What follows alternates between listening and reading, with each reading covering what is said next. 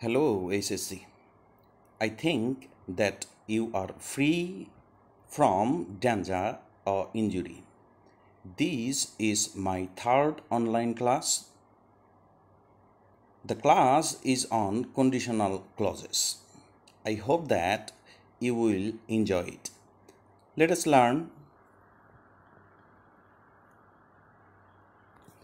Where do we find conditional clauses? SSC লেভেলে English first পার্টে 4 এবং 5 নাম্বার কোশ্চেনে ক্লু উইদাউট ক্লু অপশনে স্যাররা কোশ্চেন সেট করার সময় কন্ডিশনাল ক্লজেস ইউজ করে থাকে। তাছাড়াও ইংলিশ সেকেন্ড পার্ট অপশনে আমাদের 3 নাম্বার একটা কোশ্চেন আছে যেখানে special use of words and phrases, তারপর uses of clauses and phrases means sentence completion, right form of verb সেটা 5 নম্বর কোশ্চেনে থাকে এবং সেন্টেন্স কানেক্টরসে স্যাররা সাধারণত কন্ডিশনাল ক্লজ ইউজ করে থাকে। সো আমরা এটা বুঝতেই পাচ্ছি কন্ডিশনাল ক্লজেস কত important. According to Zahurul Islam sir, knowing conditional clauses means knowing English a little। তার মানে কন্ডিশনাল ক্লজ জানা থাকলে আমরা ইংলিশের কিছু একটা জানলাম। তাহলে আমরা শিখি, জানার চেষ্টা করি কন্ডিশনাল ক্লজেসগুলো কি। কন্ডিশনাল ক্লজ শিখতে গেলে প্রথমে আমাদের এটা জানতে হবে কন্ডিশনাল ক্লজ হচ্ছে এক ধরনের কমপ্লেক্স সেন্টেন্স।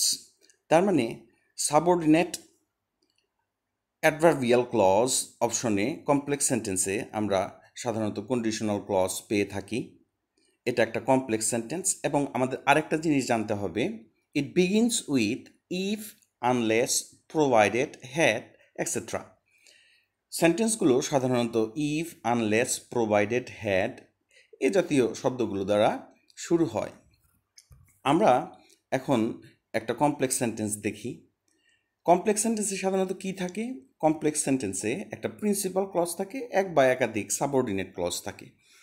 এখন প্রিন্সিপাল ক্লজ কি? যে নিজের অর্থ নিজেই প্রকাশ করতে পারে।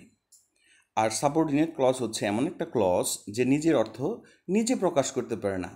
If it wants to express its full meaning then it has to depend on the meaning of principal clause. সহজ কথায় প্রিন্সিপাল ক্লজ নিজের অর্থ নিজে প্রকাশ করতে পারে, কিন্তু সাবঅর্ডিনেট ক্লজ নিজের অর্থ নিজে প্রকাশ করতে পারে না। এখানে যেটা দেওয়া আছে, if you come I shall room with you, যদি তুমি আসো তবে আমি তোমার সাথে ঘুরে বেড়াবো। এখানে আমরা যদি শুধু ইফ ইউ কাম এটুকু বলি, ইফ ইউ কাম যদি তুমি আসো, অর্থ কি পুরা প্রকাশ পাচ্ছে? অর্থ পুরা প্রকাশ পাচ্ছে না।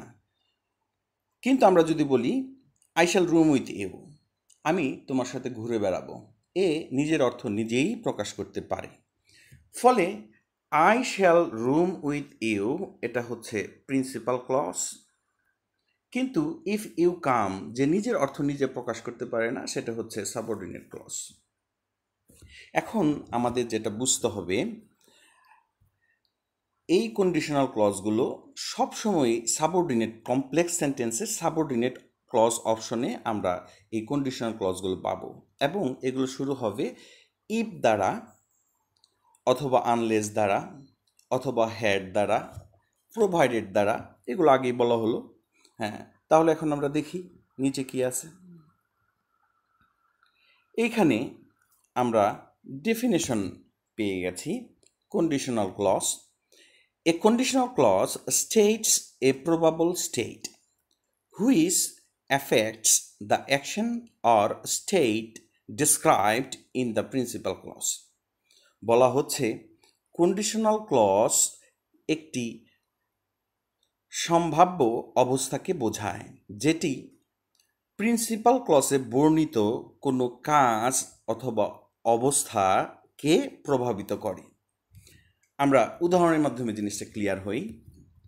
এখানে একটা উদাহরণ আছে, ইফ শ্রেষ্ঠ Gates the scholarship he will go to London. এখানে কন্ডিশনাল ক্লজ কোনটা? এখানে কন্ডিশনাল ক্লজ হচ্ছে ইফ শ্রেষ্ঠ গেটস দ্য স্কলারশিপ। এই ক্লজটা একটা সম্ভাব্য অবস্থা বোঝাবে এবং এই সম্ভাব্য অবস্থাটা প্রিন্সিপাল ক্লজ এ বর্ণিত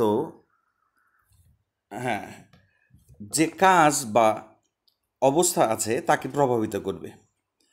প্রিন্সিপাল ক্লজে বর্ণিত কাজ বা অবস্থাকে প্রভাবিত করবে কে? এই সম্ভাব্য অবস্থা। এখানে আমরা স্পষ্ট বুঝতে পারছি যদি সে বৃত্তি পায় মিন্স যদি শ্রেষ্ঠ বৃত্তি পায় তবে সে লন্ডনে যাবে।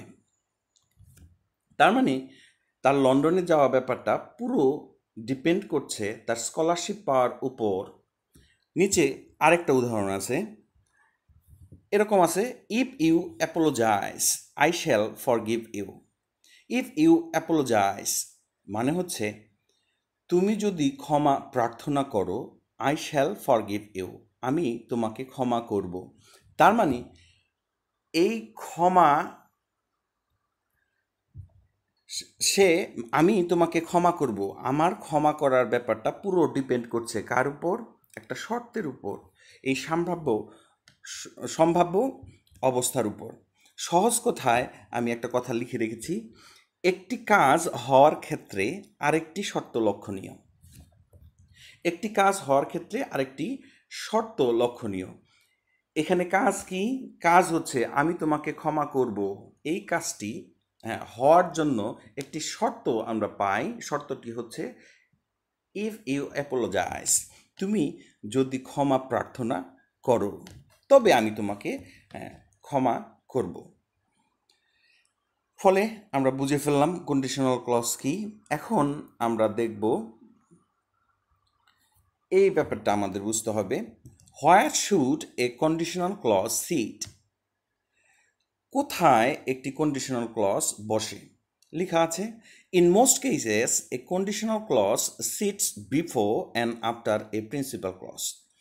বেশিরভাগ ক্ষেত্রেই কন্ডিশনাল ক্লজটা বসে প্রিন্সিপাল ক্লজের পূর্বে অথবা পরে। তার মানে প্রিন্সিপাল ক্লজের পূর্বেও বসতে পারে, প্রিন্সিপাল ক্লজের পরেও বসতে পারে। এখানে আমরা দেখে নিই, if you apologise I shall forgive you. অথবা এটি এভাবেও লেখা যেতে পারে, I shall forgive you if you apologise. এখানে প্রিন্সিপাল ক্লজ হচ্ছে I shall forgive you, principal clause. এই সেন্টেন্সের প্রিন্সিপাল ক্লজ হচ্ছে আই শ্যাল ফরগিভ ইউ। এই দুইটা প্রিন্সিপাল ক্লজের আগে এবং পরে আমরা কন্ডিশনাল ক্লজ দেখতে পাচ্ছি, আগে এবং পরে। কিন্তু এখানে আমাদের আরেকটা জিনিস মনে রাখতে হবে, কন্ডিশনাল ক্লজ যদি শুরুতে বসে, যেমন প্রথম সেন্টেন্সটিতে আছে ইফ ইউ অ্যাপোলোজাইজ, এখানে কন্ডিশনাল ক্লজটা শুরুতে বসছে, সেই ক্ষেত্রে the sentence must be followed with a comma. যদি সাবঅর্ডিনেট ক্লজ শুরুতে থাকে অবশ্যই ওই সেন্টেন্সের শেষে আমাদের কমা দিতে হবে। কিন্তু সাবঅর্ডিনেট ক্লজ যদি পরে বসে, মানে প্রিন্সিপাল ক্লজ যদি পূর্বে বসে, তখন ইফ ক্লজটা পরে বসে, তখন কমা না দিলেও হয়। আমি আবার বলছি, কন্ডিশনাল ক্লজ পূর্বে থাকলে, প্রিন্সিপাল ক্লজ পরে থাকলে, সেই ক্ষেত্রে মধ্যে আমাদের অবশ্যই কমা দিতে হবে। এইখানে কন্ডিশনাল ক্লজ পূর্বে আছে, ফলে এরপরে অবশ্যই কমা দিতে হয়েছে।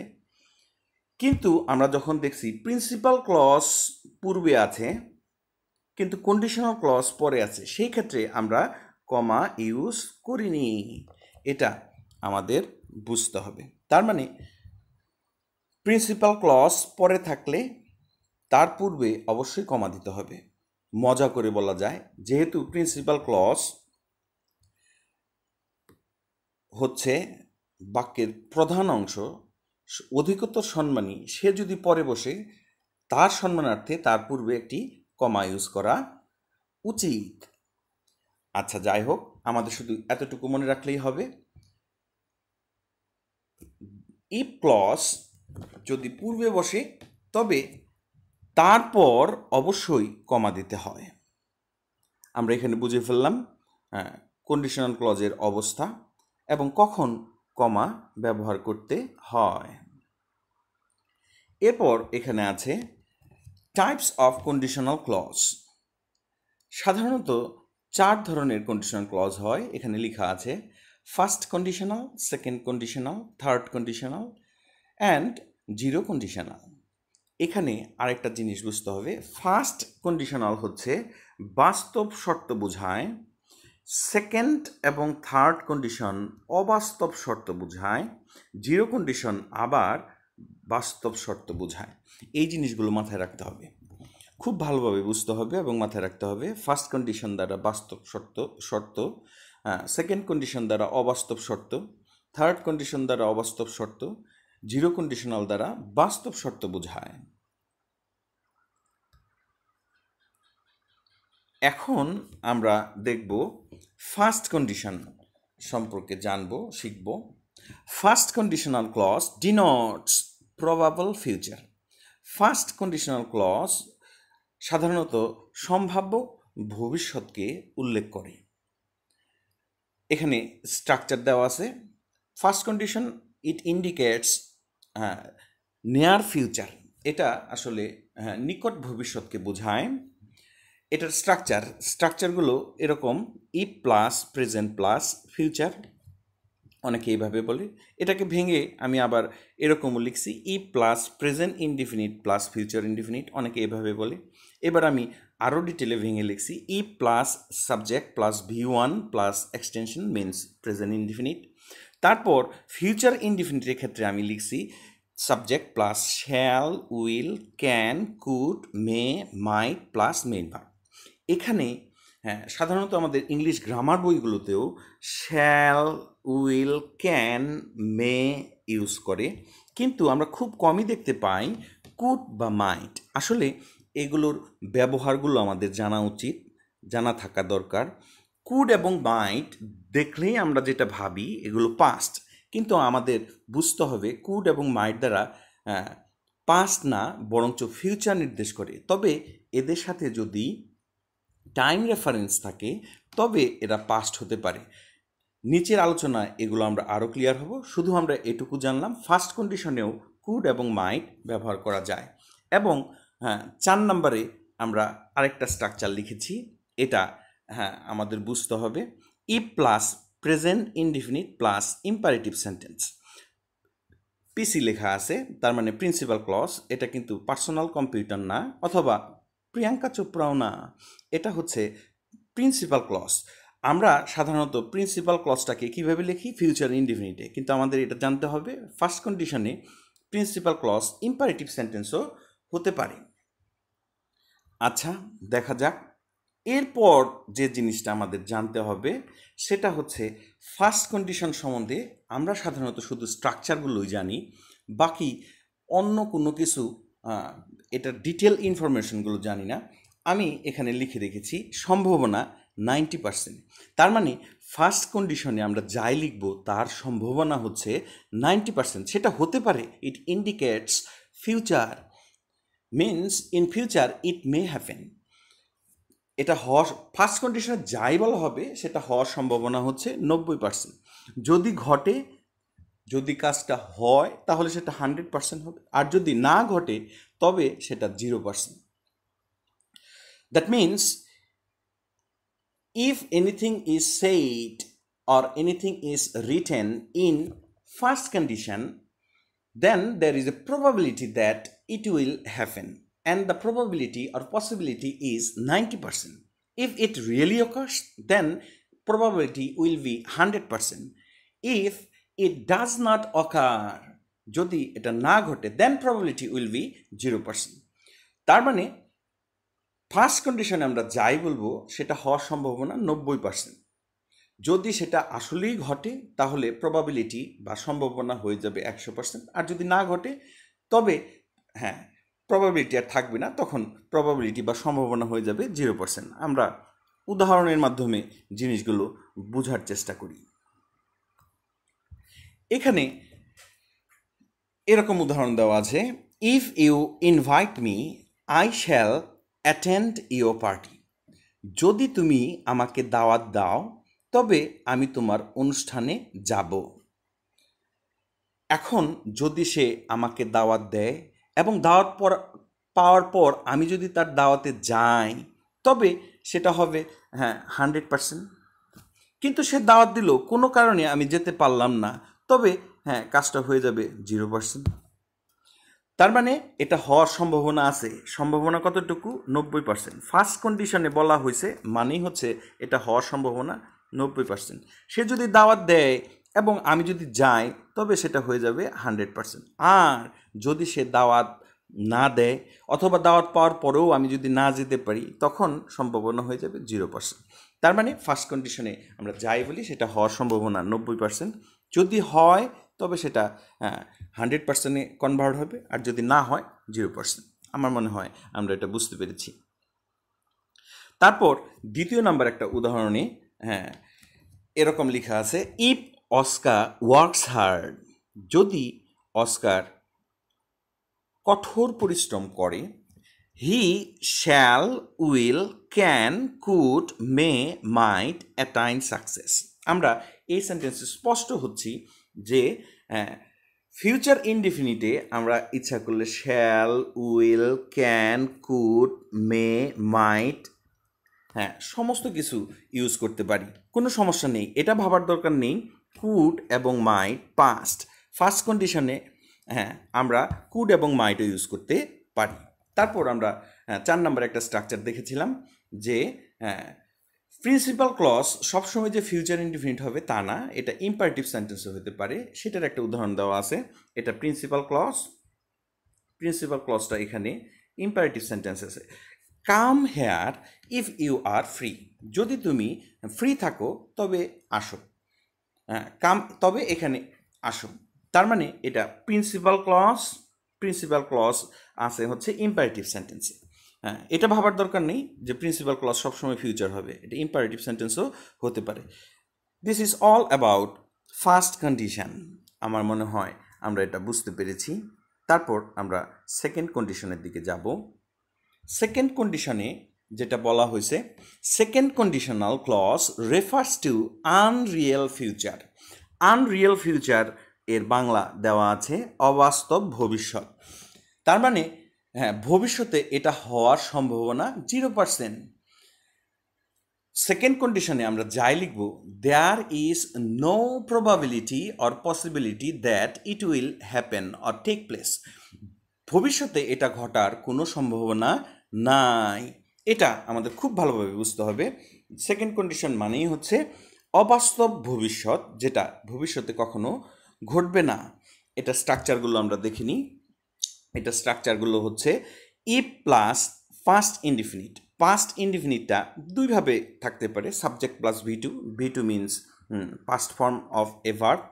তাছাড়াও আরেকভাবে থাকতে পারে সাবজেক্ট এরপর ওয়ার থাকবে, মানে এটা পাস্ট টেন্স হয়ে গেল, আর ওয়ারের পর আমরা সাধারণত পাই noun, pronoun, noun phrase, adjective, এভাবেও থাকতে পারে। তার মানে ইফের পর পাস্ট ইনডিফিনিট টেন্স থাকা মানেই সেটা সেকেন্ড কন্ডিশন হবে, এবং আমাদের বুঝতে হবে যদিও পাস্ট তারপরেও আমাদের বুঝতে হবে যে এটা সেকেন্ড কন্ডিশন, ভবিষ্যতে এটা ঘটবে না। এবং এটার পরে ইফ প্লাস ফার্স্ট ইনডিফিনিটের পর আমাদের যেটা লিখতে হবে সাবজেক্টের পর উড, কুড, মাইট, এই তিনটা মোডাল অক্সিলারিজ আমাদের ব্যবহার করতে হবে, আর এদের পর অবশ্যই মেইন ভার্ব ইউজ করতে হবে, এক্সটেনশন। এখন আমরা উদাহরণের মাধ্যমে এগুলো বুঝে নিই। এখানে প্রথম একটা উদাহরণ দেওয়া আছে, if I were a bird. যেহেতু ইফ সামনে আছে কমা বসছে। I would, could, might fly away from the class. Suppose কোনো একজন স্টুডেন্টের ক্লাস খুব বোরিং লাগছে, সে ক্লাসে থাকতে চাচ্ছে না, সে মনে মনে ভাবছে যদি আমি পাখি হতাম আমি ক্লাস থেকে উড়ে চলে যেতাম। এখন কোনো একজন ব্যক্তি বা স্টুডেন্টের পক্ষে কি বার্ড হওয়া সম্ভব? বার্ড হওয়া যাবে না। তার মানে সে কি উড়ে চলে যেতে পারবে? তাও পারবে না। তার মানে ভবিষ্যতে এটা হওয়ার কোনো সম্ভাবনা নাই। এর জন্যই ইফ প্লাস পাস্ট থাকা মানেই আমাদের বুঝতে হবে যে এটা ঘটার সম্ভাবনা নাই। If I were a bird, এই ওয়ার দেখেই আমাদের বুঝে ফেলতে হবে যে এটা সেকেন্ড কন্ডিশন এবং এটা ভবিষ্যতে ঘটার কোনো সম্ভাবনা নেই। আমার মনে হয় আমরা প্রথম উদাহরণটা বুঝে ফেলেছি। এরপর সেকেন্ড যে এক্সাম্পলটা সেটা অনেক কনফিউজিং একটা উদাহরণ। এটার বাংলা থার্ড কন্ডিশনের বাংলার সাথে আইডেন্টিক্যাল, একই রকম হয়। এটা আমরা পরবর্তীতে নিচের অংশে গিয়ে স্পষ্ট হব। এখানে যেটা হয়েছে, if you invited me I could might go to your party. তার মানে যদি তুমি আমাকে দাওয়াত দিতে তবে আমি তোমার দাওয়াতে যেতাম। এটা সঠিক বাংলা হচ্ছে এটা, it is identical to the Bangla of third condition. তবে আমরা এখানে বোঝার জন্য এভাবে বাংলা করছি, যদি তুমি দাওয়াত দাও তবে আমি তোমার দাওয়াতে যাব। এখন স্যাররা স্টুডেন্টদের প্রশ্ন করে এটা কিভাবে সেকেন্ড কন্ডিশন, ভবিষ্যতে কেন হবে না? যদি তুমি দাওয়াত দাও আমি তোমার দাওয়াতে যাব, তো ঠিক আছে, ফার্স্ট কন্ডিশনে 90% হওয়ার সম্ভাবনা ছিল, হইলে 100%, না হইলে 0%, তো এটাও তো ওইরকম হওয়ার কথা। কিন্তু না, আমি এক্সপ্রেশন দিয়ে দিচ্ছি। আমার মনে হয় এরপর সবাই এটা বুঝতে পারবে। যদি ওয়ার ছাড়া সেকেন্ড কন্ডিশনে আমরা V2 ফর্ম পাই, তখন আমাদের যেভাবে এক্সপ্লেন করতে হবে সেখানে এক্সপ্লেন করতে হবে এখানে ইউ এর সাথে আই এর সম্পর্ক হচ্ছে শেখ হাসিনা খালেদা জিয়ার সম্পর্ক। একজন আরেকজনকে দাওয়াত দিবেও না, আর দাওয়াত পেলেও একজন অন্যজনের বাসায় যাবে না। এদের সাথে সম্পর্কটা হচ্ছে বৈরী। হ্যাঁ, বলার স্বার্থে বলতে পারে যদি তুমি আমাকে দাওয়াত দাও তবে আমি তোমার দাওয়াতে যাব, বলার স্বার্থে বলেছে। দাওয়াত পেলেও একজন আরেকজনের বাসায় যাবে না, তার মানে ভবিষ্যতে এটা ঘটার সম্ভাবনা নাই। এটা আমাদের বুঝতে হবে সেকেন্ড কন্ডিশনের এই ক্ষেত্রে। সাধারণত আমরা ছোটোবেলার থেকেই শুধু স্ট্রাকচারগুলো পড়ি, কিন্তু এগুলোর অর্থগুলো সাধারণত আমরা অ্যানালাইসিসে যাই না বা পড়ি না। আমার মনে হয় এই ক্লাসটা করার পর এই সমস্যাগুলো দূর হয়ে যাবে। তার মানে আমরা এখানে বুঝতে পারলাম if I are a bird, bird হওয়া সম্ভব না এবং ক্লাস থেকে উড়ে যাওয়া সম্ভব না। এবং যখনই V2 আসে, ইফ ইউ ইনভাইটেড মি, তখনই বুঝতে হবে যে এখানে বক্তা এবং যে লিসনার মিনস শ্রোতা, এদের সাথে সম্পর্কটা হচ্ছে বৈরী, খুবই অ্যাডভার্স রিলেশনশিপ তাদের মধ্যে বিরাজমান, এবং তারা একজন অন্যজনের বাসায় পাড়া দিবে না বা যাবে না, এটা আমাদের বুঝতে হবে। আচ্ছা, তারপর আমাদের যেটা জানতে হবে, এই জিনিসটা খুবই একটা ইম্পর্টেন্ট জিনিস। এখানে লেখা আছে অ্যান ইম্পর্টেন্ট টেস্ট, এবং এখানে লেখা আছে ইফ আই ওয়ার ইউ, যদি আমি তুমি হতাম, I would not do the work, আমি কাজটা করতাম না, কাজটি করতাম না। অথবা if I were you I could not do the work, if I were you I might not do the work. আমরা জানি সেকেন্ড কন্ডিশনে উড, কুড, মাইট এগুলো বসে, তাহলে তিনটা সেন্টেন্সই তো ঠিক আছে, তাই না? হ্যাঁ, আমাদের দেখে তাই মনে হচ্ছে তিনটা সেন্টেন্সই ঠিক আছে। আসলে তা না। এখানে ফার্স্ট সেন্টেন্স ঠিক আছে, থার্ড সেন্টেন্স ঠিক আছে, কিন্তু সেকেন্ড সেন্টেন্স ভুল। এটা আমাদের জানতে হবে। আমি এটা প্রুভ করার চেষ্টা করছি কেন সেকেন্ড সেন্টেন্সটা ভুল। এগুলো সাধারণত আমাদের অ্যাডমিশন টেস্টগুলোতে, BCS এবং অন্যান্য কম্পিটিটিভ এক্সামে আসে। আমাদের দ্বিতীয় নাম্বার যে লাইনটা, এটা আমরা প্রুভ করব যে এটা ভুল। এর জন্য আমরা নিচে চলে যাচ্ছি, এখানে লেখা আছে প্রুফ, আমরা প্রমাণ করতে চাই। আচ্ছা, এখানে প্রথমে একটা সেন্টেন্স লেখা আছে I could do the work. এটা কি বোঝাচ্ছে? হ্যাঁ, সাধারণত আমরা যেটা ভেবে থাকি কুড মানেই পাস্ট, কিন্তু না। Without time reference could indicates future. সময় ছাড়া কুড অবশ্যই ভবিষ্যৎকে বুঝাবে। I could do the work, এটার বাংলা হচ্ছে আমি কাজটি করব, ভবিষ্যতে সে করবে। আচ্ছা, এবার দ্বিতীয় সেন্টেন্সে আসা যাক। I could do the work yesterday. এই যে এখানে টাইম রেফারেন্স আছে, with time reference could indicates past, with time reference could indicates past. এখানে টাইম রেফারেন্স আছে, এই ক্ষেত্রে কুড পাস্টে পরিণত হয়েছে।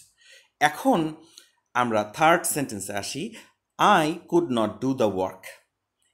এই সেন্টেন্সে যেটা বুঝতে হবে, সাধারণত উপরের দুই সেন্টেন্স অ্যানালাইসিস করার পর আমরা হয়তো এটা বুঝতেছি যে এখানে কোনো টাইম রেফারেন্স নাই, কুডের পর নট আছে, ফার্স্ট সেন্টেন্স অনুযায়ী তাহলে এটা ভবিষ্যৎ। কিন্তু না, without time reference could not indicates fast. কোনো টাইম রেফারেন্স ছাড়াই কুড নট সাধারণত অতীতকে বোঝাবে। আমি আরেকবার রিপিট করছি, without time reference could indicates future. Time reference ছাড়া কুড ভবিষ্যৎকে নির্দেশ করবে। With time reference could indicates past. Time reference সহ কুড অতীতকে নির্দেশ করে। Without time reference could not indicates past. কোনো টাইম রেফারেন্স ছাড়াও কুড নট অতীতকে নির্দেশ করে। আচ্ছা, তার মানে কুড নট পাস্ট। আমরা এই সেন্টেন্সে আমরা এখানে এটা বুঝলাম যে কুড নট অবশ্যই পাস্ট। তাহলে এইখানে আমাদের একটা টেস্ট ছিল। এখন আমরা এটা অ্যানালাইসিসে আসি। আমরা জানি সেকেন্ড কন্ডিশন আনরিয়েল ফিউচারকে রেফার করে, অবাস্তব ভবিষ্যৎকে নির্দেশ করে। তাহলে সেই তথ্য অনুযায়ী প্রথম সেন্টেন্স ঠিক আছে, উড নট এটা ভবিষ্যৎকে নির্দেশ করে, মাইট নট এটা ভবিষ্যৎকে নির্দেশ করে, কিন্তু কুড নট কোনো টাইম রেফারেন্স ছাড়াই এটা পাস্টকে নির্দেশ করে। এর জন্য আমাদের দ্বিতীয় সেন্টেন্সটা ভুল। এই ধরনের সেন্টেন্সগুলো সাধারণত ভর্তি পরীক্ষাগুলোতে দিয়ে বলে যে কোন সেন্টেন্সটা ভুল অথবা কোন সেন্টেন্সটা সঠিক নয়। তখন আমাদের দেখতে হবে কুড নট এটা অবশ্যই সেকেন্ড কন্ডিশনে ব্যবহার করা যাবে না। আমার মনে হয় এটাও আমরা বুঝে ফেললাম। এরপর আমরা যেটা শিখব এটা, কুড নট দ্বারা ফর্মাল রিকোয়েস্ট করা যায়। ফর্মাল রিকোয়েস্টের ক্ষেত্রে সেকেন্ড কন্ডিশন দ্বারা আমরা ফর্মাল রিকোয়েস্ট করতে পারি। যেমন I would be glad if you sat beside me. আমি খুশি হব যদি আপনি আমার পাশে বসেন। কিন্তু এটা কোন কন্ডিশনে আছে? সেকেন্ড কন্ডিশনে আছে। এখানে ইফ সেন্টেন্সে V2 আছে, তার মানে এখানে ইউ এর সাথে আই এর সম্পর্ক খুবই খারাপ। সে একটা রিকোয়েস্ট করছে, পোলাইট রিকোয়েস্ট বা ফর্মাল রিকোয়েস্ট, কিন্তু এটা হওয়ার সম্ভাবনা নাই। এটা আমরা আগেই বুঝতে পেরেছি। কিন্তু এইখানে যেটা বুঝতে হবে, এটা লিখে রাখার একটা কারণ আছে। সেটা হচ্ছে সাধারণত আমরা জানি যে ইফ যুক্ত সেন্টেন্স, তার মানে সাবঅর্ডিনেট ক্লজ অথবা কন্ডিশনাল ক্লজ প্রিন্সিপাল ক্লজের পূর্বেও বসতে পারে, পরেও বসতে পারে। কিন্তু এই ক্ষেত্রে আমাদের মনে রাখতে হবে সেকেন্ড কন্ডিশনে ফর্মাল রিকোয়েস্টের ক্ষেত্রে অবশ্যই কন্ডিশনাল ক্লজ দ্বিতীয়তে বসবে, সেকেন্ড পোর্শনে বসবে। ফার্স্ট পোর্শনে বসাইলে সেটা ভুল হবে। এর জন্য এখানে লেখা আছে, স্পষ্ট লেখা আছে, ইফ ক্লজ পরে বসেছে। সেকেন্ড কন্ডিশনে ফর্মাল রিকোয়েস্ট যদি থাকে তবে সেকেন্ড কন্ডিশনাল ক্লজটা পরেই বসাইতে হবে। এই ক্ষেত্রে এর জন্য আমরা প্রথমে লিখেছিলাম in most cases conditional clauses sit before and after principal clause. Principal ক্লজের পূর্বেও বসতে পারে, পরেও বসতে পারে, কিন্তু সেকেন্ড কন্ডিশনে ফর্মাল রিকোয়েস্টের ক্ষেত্রে অবশ্যই কন্ডিশনাল ক্লজ সেকেন্ড পোর্শনে বসবে। আমার মনে হয় এটাও আমরা বুঝতে পেরেছি। এরপর আমাদের আলোচনার বিষয় হচ্ছে থার্ড কন্ডিশন। থার্ড কন্ডিশন সম্পর্কে যেটা লেখা আছে, it stands for unreal past. অবাস্তব অতীতকে নির্দেশ করবে হচ্ছে third condition. It might have happened in past. অতীতে এটা ঘটতে পারত, but did not actually take place. কিন্তু এটা আসলে সংগঠিত হয়নি। আমি একটা উদাহরণ দিয়ে বোঝাচ্ছি। আমার সাথে আমার এক বন্ধুর কথা হচ্ছে। আমার বন্ধু আমার সাথে প্রতিদিনই দেখা করে, কিন্তু গত 2 দিন যাবৎ তার সাথে আমার দেখা হয় না। আমি তাকে দেখতে পেয়ে জিজ্ঞাসা করছি, বন্ধু তুমি 2 দিন কোথায় ছিলে? আমি তোমাকে দেখতে পাইলাম না। সে উত্তর দিল যে আমি একটা পার্টিতে ছিলাম, আমি খুব এনজয় করেছি। তখন আমি এটা শোনার পর বলতেছি, ইস, আমাকে তো তুমি দাওয়াত দিলে না। যদি তুমি আমাকে দাওয়াত দিতা তবে আমি তোমার দাওয়াতে যেতাম। তার মানে এটা আমরা কী নিয়ে কথা বলছি? অবাস্তব অতীত নিয়ে। সে আমাকে দাওয়াত দেয়নি, আমি তার দাওয়াতে যাইওনি। এটাই থার্ড কন্ডিশন। থার্ড কন্ডিশন আসলে হচ্ছে অবাস্তব অতীত, যেটা অতীতে হওয়ার সম্ভাবনা ছিল কিন্তু আসলে হয়নি। এই অবাস্তব অতীতকে নিয়ে আমরা কথা বলবো, ঠিক আছে? এখন স্যাররা যখন বুঝবে তুমি ফার্স্ট কন্ডিশন এবং সেকেন্ড কন্ডিশন এত ভালো বুঝেছো, তখন বলবে হ্যাঁ থার্ড কন্ডিশনে হওয়ার সম্ভাবনা কতটুকু। তখন কেউ যদি বলো যে থার্ড কন্ডিশন হওয়ার সম্ভাবনা 0%, তার মানে সেটা ভুল হবে, কারণ এটা অতীতের সাথে রিলেটেড। সম্ভাবনা, প্রবাবিলিটি লিঙ্কড উইথ ফিউচার, সেটা ভবিষ্যতের সাথে সম্পর্কযুক্ত। যেটা অতীতেই হয়নি সেটা ঘটার কোনো সম্ভাবনা নাই। তার মানে যদি বলে এটা সম্ভাবনা কতটুকু, সাথে সাথে আমাদের উত্তর দিতে হবে যে এটা ঘটার কোনো সম্ভাবনা নাই, অতীতেই সেটা ঘটেনি, তাহলে এটার আর সম্ভাবনা কি? এটা অতীতে ঘটতে পারতো কিন্তু ঘটেনি। আমরা অবাস্তব অতীত নিয়ে কথা বলছি, যার কোনো সম্ভাবনা নাই। তার মানে থার্ড কন্ডিশনে এই সম্ভাবনা শব্দটা একেবারেই বেমানান, এটা নাই, এটা থাকবে না, সম্ভাবনা নাই। থার্ড কন্ডিশনের সাথে সম্ভাবনা শব্দটা কোনোভাবে রিলেটেড না। তার মানে থার্ড কন্ডিশন সম্পর্কে আমরা বুঝলাম অতীতে যেটা হতে পারতো কিন্তু হয়নি। এখন আমরা এর স্ট্রাকচারটা দেখি। এখানে লেখা আছে if plus past perfect. Past পারফেক্টে ভেঙে দেখানো হয়েছে subject plus had plus V3। ইফের সাথে যদি প্রেজেন্ট থাকে তাহলে ফার্স্ট কন্ডিশন, ইফের সাথে ফার্স্ট ইনডিফিনিট থাকলে সেকেন্ড কন্ডিশন, ইফের সাথে পাস্ট পারফেক্ট থাকলে থার্ড কন্ডিশন। পরের অংশটুকু কেমন হবে? সাবজেক্ট, সাবজেক্টের পর সেকেন্ড কন্ডিশনের মতোই উড কুড মাইট আসছে, কিন্তু উড কুড মাইটের পর এখানে আছে হ্যাভ এবং V3।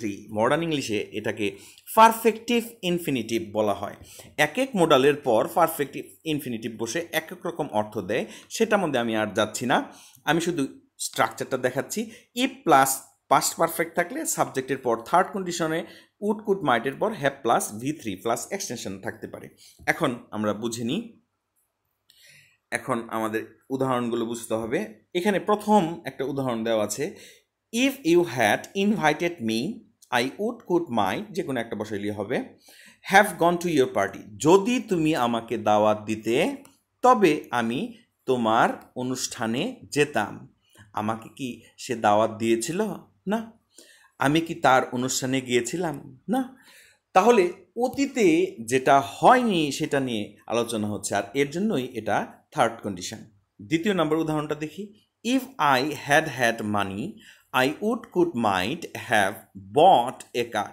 যদি আমার টাকা থাকতো তবে আমি একটি গাড়ি কিনতাম। আসলে আমার টাকা ছিলও না, আমি গাড়ি কিনতেও পারিনি। অতীতের কথা বলা হচ্ছে, অতীতে তার টাকা ছিলও না, অতীতে সে গাড়ি কিনতেও পারেনি। তার মানে অতীতে হওয়ার সম্ভাবনা ছিল কিন্তু সেটা অতীতে হয়নি। অবাস্তব অতীত, আনরিয়েল পাস্ট নিয়েই আমাদের থার্ড কন্ডিশন। আমার মনে হয় আমরা থার্ড কন্ডিশনটাও বুঝতে পেরেছি।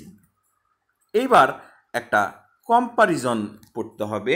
এখানে এরকম বলা আছে, comparison between second and third conditional clause. এখানে একটা বাংলা লেখা আছে, যদি তুমি আমাকে দাওয়াত দিতে তবে আমি তোমার অনুষ্ঠানে যেতাম। এই একটা বাংলা, যেটাকে আমরা ওই সেকেন্ড কন্ডিশনাল ক্লজ পড়ার সময় বলেছিলাম। আসলে সেকেন্ড কন্ডিশন এবং থার্ড কন্ডিশনের বাংলাগুলো একই রকম হয়। যদি আমরা এই বাংলাটাকে ইংলিশ করি, যদি তুমি আমাকে দাওয়াত দিতে তবে আমি তোমার দাওয়াতে বা অনুষ্ঠানে যেতাম, এটাকে সেকেন্ড কন্ডিশনে লিখলে কি হবে? If you invited me I would could might go to your party. আবার আমরা থার্ড কন্ডিশনও লিখতে পারবো, if you had invited me I would could might have gone to your party. তার মানে হ্যাঁ, দুইটা ইংলিশই কারেক্ট। এখন বুঝতে হবে, যদি ভবিষ্যতের সাথে এই শব্দগুলো বা এই সেন্টেন্সটাকে আমরা যুক্ত করি, এই সেন্টেন্সটাকে যদি ভবিষ্যতে যুক্ত করি তাহলে অবশ্যই আমাদের সেকেন্ড কন্ডিশনে লিখতে হবে। আর যদি বুঝি এটা অতীতে হওয়ার সম্ভাবনা ছিল কিন্তু হয়নি, তবে আমরা থার্ড কন্ডিশনে লিখব। তার মানে এই দুইটা সেন্টেন্সের বাংলা কিন্তু একই। এইবার মনে হয় আমরা বুঝতে পেরেছি যে কিভাবে সেকেন্ড এবং থার্ড কন্ডিশনের বাংলা একই হয়। আচ্ছা, তারপর এখানে আরও কিছু জিনিস আছে, যেমন এখানে সেকেন্ড কন্ডিশনের একটা উদাহরণ দেওয়া আছে, if he were rich he would help me. যদি সে ধনী হতো তবে সে আমাকে সাহায্য করত। এখন সঠিক বাংলা বললেও অসুবিধা নেই, আমার মনে হয় বুঝতে পারবো। ইফ হি ওয়ার রিচ, এখানে ইফের পর যেহেতু পাস্ট আছে তার মানে এটা সেকেন্ড কন্ডিশন। হ্যাঁ, এটা আমরা আগেই বুঝতে পেরেছি, কিন্তু এখন কথা হচ্ছে যদি আমি ইফটা এই সেন্টেন্স থেকে কেটে দেই এবং ওয়ার শব্দটাকে প্রথমে আনি, তবে স্ট্রাকচারটা হবে এই সেন্টেন্সের মতো। আমাদের এই সেন্টেন্সের মতো। ইফটা কেটে দিয়েছি, ওয়ারটাকে সামনে এনেছি, তাহলে আমরা কিভাবে পড়ব? Were he rich he would help me. তার মানে কন্ডিশনাল সেন্টেন্সেস অথবা ক্লজেস ওয়ার দ্বারাও শুরু হতে পারে। আমরা এর জন্য প্রথমে লিখেছিলাম ইফ, আনলেস, হ্যাড, ওয়ার, এগুলো দিয়ে শুরু হতে পারে। তার মানে সেকেন্ড কন্ডিশনকে এইভাবেও লেখা যেতে পারে। ওয়ারটাকে সামনে এনে ইফ কেটে দিয়ে ওয়ারটাকে সামনে আনলেও সেকেন্ড কন্ডিশন হবে। তারপর থার্ড কন্ডিশনের একটা উদাহরণ দেখি। If I had heard the lecture, আমি যদি লেকচারটি শুনতাম, I would have understood conditionals, আমি কন্ডিশনালস বুঝতে পারতাম। তার মানে সে লেকচারটি শুনেও নি, সে কন্ডিশনালস বুঝতেও পারেনি। অতীতের কথা, অতীতে হতে পারতো, হয়নি। আচ্ছা, সেটা আমরা আগেই বুঝতে পেরেছি, কিন্তু এইবার আমাদের যেটা বুঝতে হবে, এই সেন্টেন্সটাকে যদি আমরা ইফ কেটে দেই, হ্যাডটা সামনে আনি, তবে কেমন দাঁড়াবে? তবে এরকম দাঁড়াবে, had I heard the lecture I would have understood conditionals. তার মানে থার্ড কন্ডিশন হ্যাড দ্বারাও শুরু হতে পারে, আমরা এটাও এখন বুঝে ফেললাম। এইবার আমাদের জানতে হবে জিরো কন্ডিশনাল ক্লজ সম্পর্কে। ইট stands for scientific truth, universal truth or normal truth. Zero conditional দ্বারা আমরা সাধারণত সায়েন্টিফিক ট্রুথ, ইউনিভার্সাল ট্রুথ বা নর্মাল ট্রুথগুলোকে বুঝি। এই ক্ষেত্রে স্ট্রাকচার দুই রকম হয়। অনেক ক্ষেত্রে অনেক বইয়ে এরকম লিখে থাকে if plus present indefinite plus present indefinite, অথবা ই plus present indefinite plus future indefinite. এটা কিন্তু ফার্স্ট কন্ডিশনের সাথে মিলে যাচ্ছে, তাই না? আচ্ছা, এটা হচ্ছে জিরো কন্ডিশনাল এর। তবে অবশ্যই এটার একটা ক্রাইটেরিয়া আছে, সেটা সায়েন্টিফিক ট্রুথ হইতে হবে, ইউনিভার্সাল ট্রুথ বা নর্মাল ট্রুথ হইতে হবে। আচ্ছা, আমরা কিছু এক্সাম্পল দেখি। তার মানে স্ট্রাকচার হচ্ছে ই প্লাস প্রেজেন্ট অথবা ই প্লাস প্রেজেন্ট প্লাস ফিউচার, এরকম হবে। আচ্ছা, এক্সাম্পলে এরকম লেখা আছে, if you stay too long in the sun your skin burns. যদি তুমি রোদ্রে অনেকক্ষণ থাকো তবে তোমার স্কিন পুড়ে যাবে। অথবা এটা এইভাবেও লেখা যায়, if you stay too long in the sun your skin will burn. তার মানে এই জিনিসটা স্পষ্ট, ইফের সাথে প্রেজেন্ট আছে। প্রথম সেন্টেন্সে ইফ প্লাস প্রেজেন্টই লেখা হয়েছে, এখানে প্রেজেন্ট, কিন্তু দ্বিতীয় সেন্টেন্সে ইফ প্লাস প্রেজেন্টের সাথে ফিউচার লেখা হয়েছে। এটাই হচ্ছে জিরো কন্ডিশন। এগুলো সাধারণ, এটা একটা নর্মাল ট্রুথ। আবার নিচে আরেকটা লেখা হয়েছে, ইফ ইট ইজ সামার, গ্রীষ্মের সময় ইট ফিলস হট, গরম অনুভূত হয়।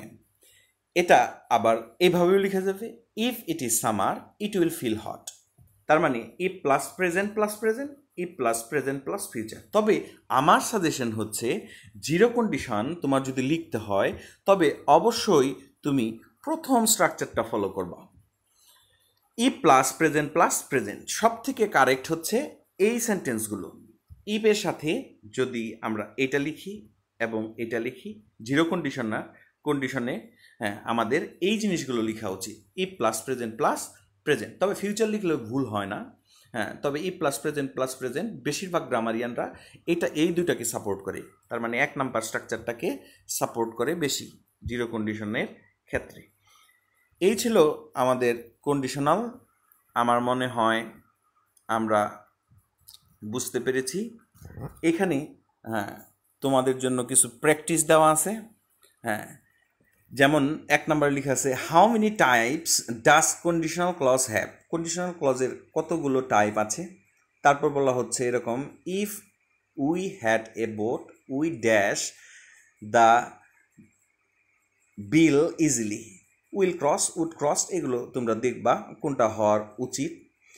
হুইচ ওয়ান ইজ ইনকারেক্ট, কোনটা incorrect? If I were a chairman, আমি যদি চেয়ারম্যান হতাম আমি তাদের হেল্প করতাম না, would not, could not, might not না। এবং শেষের কোশ্চেনটা হচ্ছে which punctuation is used in conditional clauses, conditional ক্লজেসে কোন পাংচুয়েশনটা ইউজ করা হয়। এগুলো হ্যাঁ একটা স্ক্রিনশট নিয়ে নাও, 1 2 3 4 1 2 3 4 লিখে প্রবাবল ABCD এভাবে উত্তর দিয়ে দাও কমেন্ট বক্সে, তাহলে আমি বুঝতে পারবো আমি কেমন পড়ালাম। আর শেষে যেটা বলতে হবে, common phrase, stay home and stay protected. Bye bye.